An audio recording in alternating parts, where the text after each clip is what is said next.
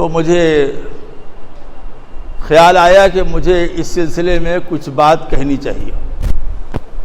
ہم دنیا میں دیکھتے ہیں کہ جس مکان میں ہم رہتے ہیں اس مکان میں رہتے رہتے ہم کو اس مکان سے مناسبت ہو جاتی ہے، جس کمرے میں رہتے ہیں اس کمرے سے مناسبت ہو جاتی ہے۔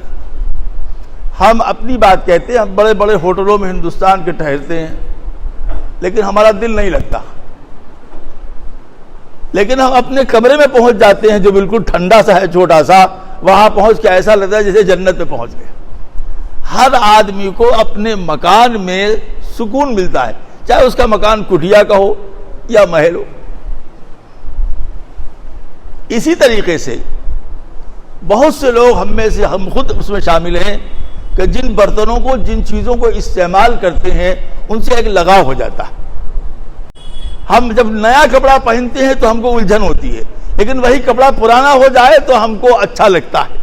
تو معلوم یہ ہوا کہ کسی چیز کی مناسبت اور انس جب ہوتا ہے جب اس کو بار بار استعمال کیا جاتا ہے۔ ذکر جہری علاج ہے، ذکر جہری منزل ہے ذکر سری کی۔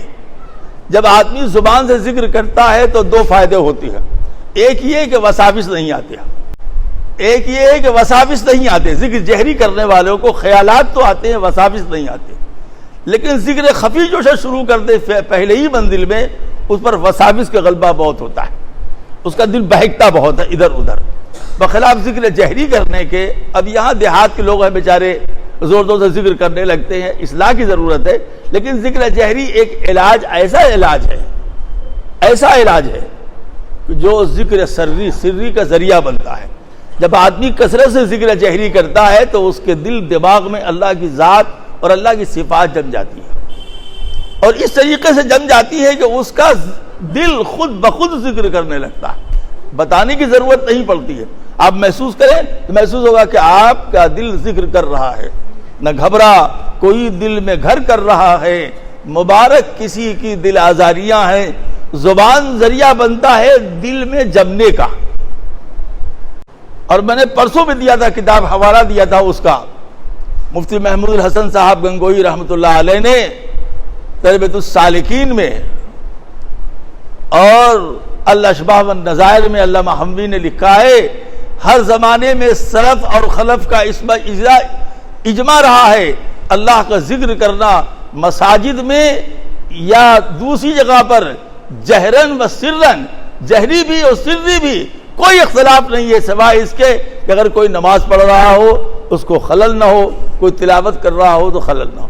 تو یہ اجتماعی جو ذکر کیا جاتا ہے در حقیقت ذکر سکھلایا جاتا ہے، کریے اپنے گھر جا کر کے، یہ علاج بھی ہے اور ذکر سری، ذکر قلبی تک پہنچنے کا ذریعہ بھی ہے، اور یہ ایک ایسا علاج ہے کہ اللہ کے بہت سے بندوں کو ذکر جہری کی بدولت نسبت میں اللہ کی دولت حاصل ہو گئی۔ اسی لیے ہمارے علماء و مشائخ جو ہیں وہ ذکر جہری کی تلقین کرتے ہیں کہ یہ ذریعہ بنتا ہے ذکر قلبی کا۔ جب آدمی کثرت سے ذکر کرے گا تو اس کا دل پر جو پتھر پہ پانی پڑے متصل تو بے شبہ گھس جائے، پتھر کا سل دی تو آدمی کا دل ہے، اللہ کی ضرب جب لگے گی تو دل گرم ہوگا۔ اللہ تعالیٰ نے دو جڑیں رکھی ہر انسان کے دل میں، صاحب مرقات نے لکھا، جا کے آپ پڑھ لیجئے اس کو، دو جڑیں رکھی ہیں، ایک وساوس کی جڑ ہے، ایک ذکر اللہ کی جڑ ہے۔ اگر آدمی اللہ کا ذکر نہیں کرتا ہے تو اس پر وساوس کا غلبہ ہو جاتا ہے، ہجوم ہو جاتا ہے، ایسے گندے وساوس آتے ہیں کہ وہ پریشان ہو جاتے ہیں کیا کریں ہم۔ لیکن جب ذکر کرتا ہے صبح شام تو سب سے پہلے وساوس کی جڑیں اکھڑنے لگتی ہیں، اکھڑتے ایک دن ایسا وقت آتا ہے کہ اللہ کا ذکر قلب میں جم جاتا ہے۔ ذکر جہری کے منافع و برکات بہت ہیں، یہ صرف بطور علاج کے نہیں ہے بلکہ بہت سی چیزوں کے لیے یہ ایک طبیب کی حیثیت رکھتا ہے۔ جو لوگ کرتے ہیں وہ سمجھتے ہیں، جن کو کرنا نہیں ہے ان کے لیے کوئی بات ہی نہیں ہے۔ تو اس لیے یہ ذکر سکھلایا جاتا ہے، اس کو تلقین ذکر کی مجلس کہتے ہیں۔ دیہات کے لوگ ہیں کچھ چلانے لگتے ہیں، کچھ زور سے بولنے لگتے ہیں، حالانکہ سمجھایا جاتا ہے بھائی آہستہ آہستہ ذکر کریں، دھیرے دھیرے ذکر کریں، ایک تعداد مقرر کر کے وقت مقررہ پر کرنے سے یہ فائدہ ہوتا ہے کہ آدمی کو بے چینی ہونے لگتی ہے، نہیں یہ ہمارے معمولات کا وقت ہے، ہمیں اسے فارغ رکھنا ہے۔ بڑے بڑے اکابر اولیاء کرام ذکر جہری کرتے تھے۔ حضرت شیخ مولانا محمد زکریا صاحب رحمۃ اللہ علیہ نے لکھا کہ ہم نے اپنی آخر عمر تک 2 آدمی کو دیکھا ذکر جہری کرتے ہوئے، ایک شیخ الاسلام حضرت مولانا حسین احمد مدنی کو، اور دوسرے حضرت جی مولانا محمد الیاس صاحب رحمۃ اللہ علیہ کو، ذکر جہری آخر دن جس دن انتقال ہوا اس دن تک کرتے رہے۔ ہمارے اکابر اور اسلاف کے یہ معمول بھی ہے، ہمارے اکابر اور اسلاف نے اس کو اپنایا ہے، اس کو کیا ہے۔ یہ اکابر اور اسلاف سے کے قدم سے، نقش قدم سے جب ہم ہٹیں گے تو دوستو پھر راہ راست پر نہیں رہ سکتے ہیں، وساوس دور ہوتے ہیں، اللہ سے تعلق قائم ہو جاتا ہے، اور پھر ذکر قلبی کرنا آسان ہو جاتا ہے۔ بلکہ بعضیں تو اتنی صالح اور سعید طبیعت کے ہوتے ہیں کہ یہی ذکر جہری جو ہے ان کے اندر دل اللہ کی یاد کو مستحکم کر دیتا ہے، ایک دماغ لگ جاتا ہے کہ ہمیں کوئی ہمارا ہے اور ہم کسی کے ہیں، ہمیں اسے راضی کرنا ہے۔ چاروں سلاسل کے اذکار میں فرق ہے، بہت فرق ہے، کچھ چیزیں مشترک ہیں۔ ان بزرگوں نے اپنے تجربے کی بنیاد پر اس کو رکھا، لوگ کرتے ہیں، کر رہے ہیں، ہر زمانے میں ہوتا چلا آ رہا ہے۔ کہیں تسبیحات کا غلبہ ہے، کہیں ذکر اللہ کا غلبہ ہے، کہیں ذکر قلبی کا ذریعہ ہے، ذکر جہری، ذکر سری، ذکر قلبی، پھر مراقبہ، یہ اسباق ہیں۔ لیکن بہت سے لوگوں کو اس کی ضرورت نہیں پڑتی، ذکر اللہ سے ان کو اتنی مناسبت ہو جاتی ہے کہ پھر ان اشغال کی ضرورت نہیں پڑتی، یہ سارے اشغال علاج ہیں۔ ایک بات۔ دوسری بات یہ ہے کہ اگر ہم اپنی نیتوں کو درست کر رہے ہیں، ہم اپنی نیتوں کو درست کر لیں تو ہمارے اعمال میں روح پیدا ہو جائے، جان پیدا ہو جائے۔ نیت کرتا ہوں 4 رکعت نماز عشاء کی فرض واسطے اللہ کے، یہ ہم زبان سے کہتے ہیں، لیکن سچ بتائیے گا اس وقت اللہ کا تصور آتا ہے؟ نہیں آتا ہے۔ ایک لفظ ہے جو زبان سے نکل گیا، ہماری نماز ہو گئی۔ لیکن یہی روح ہے، ذکر اللہ کے ذریعے سے آدمی کو اللہ کا دھیان آتا ہے، اللہ کو راضی کرنے کی دھن پیدا ہوتی ہے۔ ذکر اللہ کے ذریعے سے انسان کے قلوب منور ہوتے ہیں، اور ایک ایسا سکون نازل ہوتا ہے کہ بادشاہوں کو خبر لگ جائے تو کہ گولی مار کے اس سے وہ سکون چھین لو۔ اورنگزیب عالمگیر رحمت اللہ علیہ کے دور میں ایک بزرگ تھے جو جنگل میں رہتے تھے۔ حضرت اورنگزیب عالمگیر حاضر ہوئے ان کی خدمت میں دعا کے لیے، اور آزمانے کے لیے ان کو ایک گولی دیا کہ حضرت یہ آپ کی خدمت میں ہے۔ انہوں نے اس کو لیا، پانی سے کھا گیا۔ اب حضرت اورنگزیب عالمگیر منتظر ہے کہ اب کچھ ہوتا ہے اثر، اب کچھ ہوتا ہے دوا کا اثر۔ وہ دوا تھی جوانی بڑھانے کی، شہوت بڑھانے کی، وہ ٹکیا تھی شہوت بڑھانے کی کہ بوڑھا کھائے جوان ہو جائے، جوان ہو تو پاگل ہو جائے۔ لیکن وہ بزرگ یوں ہی بیٹھے اللہ اللہ کر رہے ہیں، کچھ نہیں ہوا۔ 10 منٹ، 15 منٹ، آدھا گھنٹہ کہ حضرت وہ جو ہم نے دوا دی تھی آپ کو اس کا کچھ اثر؟ کہا نہیں، اثر یہ ہے کہ بھوک بہت لگ رہی ہے، کھانا کھانے کے دل چاہ رہا ہے، اور تو کچھ نہیں ہے۔ کہا ارے، کہا کیا ہوا؟ کہا میں نے آزمانے کی خاطر کہ دیکھیں آپ کو اپنے نفس پر قابو ہے کہ نہیں، وہ دوا کھلائی تھی، آپ پر کوئی اثر نہیں ہوا۔ بے شک آپ اللہ کے ولی ہیں، ورنہ کوئی آدمی اسے کھاتا تو پاگل ہو جاتا۔ تو فرمایا انہوں نے جو آپ کو جواب دینا سوال کا، فرمایا یہ جو جگہ ہم جہاں بیٹھے ہیں یہ ہم کو کسی نے بیٹھالا ہے، اپنے سے نہیں بیٹھے، اور ہمارا کام ہی ہے صرف اللہ کو یاد کرنا۔ ہمارا کام ہے راتوں کو رونا یاد دل بھر میں، ہماری نیند ہے محض خیال یار ہو جانا۔ 24 گھنٹے تو ہم اللہ کو یاد کرتے ہیں، ایسی ایسی 100 ٹکیاں تو کھا جائیں گے، خدا کی قسم میرا نفس حرکت بھی نہیں کرے گا۔ اورنگزیب رحمت اللہ علیہ روتے ہوئے واپس آ گئے، اے اللہ توبہ کہ ہم نے تیرے ولی کو آزمایا، مجھے نہیں آزمانا چاہیے تھا۔ ذکر کی وہ طاقت ہے، ہمارا یقین کمزور ہے تو ہم لوگ کیا کر سکتے ہیں؟ اگر کسی کا یقین کمزور ہے تو کیا کر سکتا ہے؟ کوئی کچھ نہیں کر سکتا۔ یقین کامل کے ساتھ، فکر آخرت کے ساتھ، اللہ کو حاضر ناظر جان کر جب ہم اللہ کا ذکر کرتے ہیں تو ہمارے جسم کے 360 جوڑ بھی ذکر کرنے لگتے ہیں۔ بس فرق یہ ہے کہ کسی کو محسوس ہوتا ہے، کسی کو محسوس نہیں ہوتا ہے۔ یہاں بہت سے لوگوں دیوبند کے پڑھے ہوئے ہیں، بہت سے لوگ گئے ہوں گے رائے پور، حضرت شاہ عبد القادر رائے پوری رحمۃ اللہ علیہ کی خانقاہ میں۔ حضرت تھانوی فرماتے تھے کہ شاہ عبد الرحیم رائے پوری رحمۃ اللہ علیہ اتنی کثرت سے ذکر جہری کرتے تھے کہ رائے پور کی خانقاہ کے پتے پتے سے الا اللہ کی آواز آتی ہے۔ ہم لوگ کیا بے وقوف ہے؟ پتے پتے سے الا اللہ کی آواز آتی ہے۔ ابھی ماضی قریب میں ہمارے ایک بزرگ گزرے حضرت مولانا شاہ محمد احمد پرتاپ گڑھی، وہ لکھنؤ میں ٹیلے والی مسجد پر 1,50,000 اسم ذات کا ذکر کرتے تھے۔ آپ سے 500 نہیں ہوتا ہے، اعتراض الگ سے کرتے ہیں، کر کے دیکھو۔ اب جس کا منہ کا مزاق خراب ہو اس کو تو مرچا لگے گا حلوہ اور گاجر کا حلوہ لگے گا مرچا، تمہارا مذاق ہی فاسد ہے۔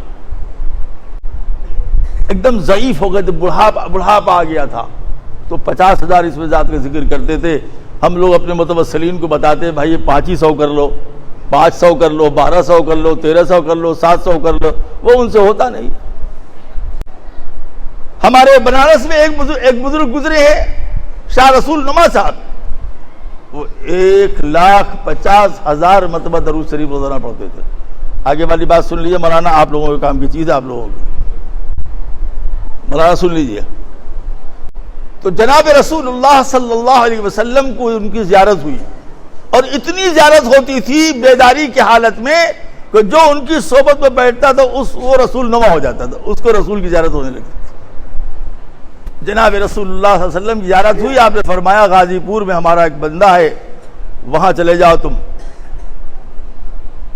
غور سے سنیے گا ہم کیا سمجھا رہے ہیں آپ کو۔ وہ کہتے ہیں کہ یہ وہاں گئے تو وہ پہلے سے کھڑے تھے، غور سے سنیے، پہلے سے کھڑے تھے استقبال کے لیے، سینے سے لگایا، بیعت کیا، اور اسی وقت خلافت دے کے واپس کر دیا۔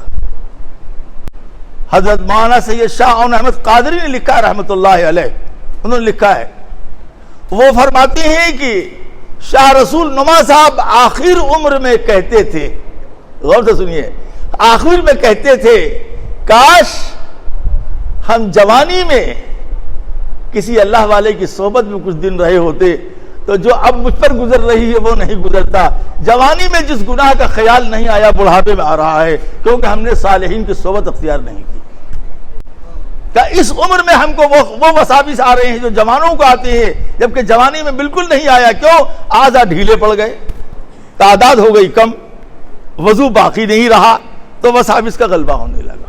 صالحین کی صحبت کا سب سے بڑا جو اثر ہوتا ہے وہ یہ کہ وساوس کم ہو جاتے ہیں، پھر وساوس ختم ہو جاتے ہیں۔ وہ فرماتے ہیں میں وصیت کرتا ہوں اپنے اولادوں کو کہ وہ کسی بزرگ سے بیعت پر اکتفا نہ کرے، اور درود شریف کے ساتھ ساتھ ذکر اللہ کرے۔ ذکر اللہ وساوس کا دشمن ہے، اور صالحین کے صحبت میں بیٹھے، یہ چیزیں انسان کو انسان بناتی ہیں۔ اکابر اور اسلاف نے کر کے دکھلایا ہے، خود ان کی زندگیاں اس پر شاہد عادل ہیں، جن کو تصوف سے مناسبت ہی نہیں ہے، سلوک سے مناسبت ہی نہیں ہے، تو وہ جو چاہے کہے، ہر چیز کا کہاں جواب دیتے پھریں گے۔ ایک صاحب تک کہنے لگے کہ تصوف سارا کا سارا بدعت ہے۔ میں نے کہا جی ہاں ٹھیک ہے، آپ کہاں سے پڑھے ہوئے؟ کہ ہم ندوے سے۔ میں نے کہا ندوے میں مولانا علی بن نے ایک کتابی لکھی ہے سلوک و تصوف، پڑھ لیجئے گا، کم سے کم وہ تو آپ کے لیے حجت ہے، آپ کے لیے وہ حجت ہے، وہ کتاب پڑھ لی۔ مولانا کی کتاب ہی ایک ہے اس کے اوپر، سلوک و تصوف پر۔ اس کے مضامین ایسے ہیں کہ آج کل کا جو ہے تو درجہ پنجم چھٹم کا اردو پڑھا ہوا اس کو سمجھ بھی نہیں سکتا۔ اسی بہار شریف میں بزرگ موجود ہے، زندہ ہے، ان کے مکتوبات شائع ہوئے ہیں، منگوا کے پڑھیے کیا لکھا ہے۔ وہ فرماتے ہیں بغیر ذکر اللہ کے آدمی ہدایت پر باقی نہیں رہتا، بغیر ذکر اللہ کے آدمی کا سمت درست نہیں ہوتی، بغیر ذکر اللہ کے آدمی کی نیت درست نہیں ہوتی، بغیر ذکر اللہ کے آدمی کے اعمال درست نہیں ہوتے، بغیر ذکر اللہ کے آدمی کے اخلاق درست نہیں ہوتے، بغیر ذکر اللہ کے آدمی عبادت کی حلاوت نہیں پاتا ہے۔ ہمارا کوئی ارادہ بیان کرنے کا نہیں تھا، لیکن مولانا نے جو بات کہی وہ میرے دل کو تار کچھ کر دیا اس نے، کہ ابھی بھی کچھ لوگ موجود ہیں جو اس کو بدعت کہتے ہیں۔ حضرت سیدنا مجدد الفسانی کے خلیفہ تھے، انہوں نے لکھا اپنے معمولات صبح سے شام تک میں یہ کرتا ہوں، فرمایا ٹھیک کرتے ہو لیکن تم اپنے لیے کیا کرتے ہو تو یہ بتاؤ۔ تم نے مخلوق خدا کی اصلاح کے لیے، طلباء کے علوم سکھلانے کے لیے وقت لگایا، تم نے اپنی اصلاح کے لیے کیا کیا؟ تم کتنا اللہ کا ذکر کرتے ہو، کتنا خدا کا مراقبہ کرتے ہو، اپنے لیے خدا سے کتنا مانگتے ہو؟ تمہارے پاس اپنے لیے وقت نہیں ہے۔ جب تم اپنی اصلاح نہیں کر رہے ہو تو دوسرے کی اصلاح تم سے نہیں ہوگی۔ برتن میں جیسا پانی ہوگا وہی گرے گا۔ یہ ذکر اللہ کی طاقت تھی کہ شیخ الہند حضرت مولانا محمود الحسن دیوبندی رحمۃ اللہ علیہ جب مالٹا سے آئے اور رمضان آیا تو آپ جسم پر زخم تھا، پھولا ہوا زخم، پھٹا ہوا، انگریزوں نے مارا تھا، اس سے خون رستا تھا، لیکن امام کو کھڑا کر، حافظ قرآن نہیں تھے، امام کو کھڑا کر کے ساری رات تہجد کی نماز میں ایک قرآن سنتے تھے۔ یہ تھی ذکر اللہ کی برکت۔ ارے بابا میری بات مت مانو، کم سے کم میرے اکابر اور اسلاف جن کو تم جانتے ہو ان کو تو دیکھو۔ ذکر کی اہمیت کے لیے میرے پیارے، میری جان، میرے بھائی، میرے دوست، میرے بیٹے، میرے محبوب کافی ہے، اسی مسجد میں رکھا ہوا ہے یہاں پر تبلیغی نصاب، اس میں ایک مستقل کتابی اس کا نام ہے فضائل ذکر، پڑھ لیجئے تو آپ کا دماغ روشن ہو جائے گا۔ اس لیے درخواست ہے، ہاتھ جوڑ کر کان میں روئی ڈال لیں، 5 وقت کی نماز پابندی سے پڑھیں، ہر امر میں سنت پر عمل کریں، آنکھ کے گناہ سے بچیں، کان کے گناہ سے بچیں، دل کے گناہ سے بچیں، اللہ کا ذکر کثرت سے کریں، سنت پر عمل کریں تو انشاءاللہ آپ کی زندگی سدا بہار ہو جائے گی۔ اللہ تعالی ہمیں اور آپ کو ان تمام باتوں پر صدق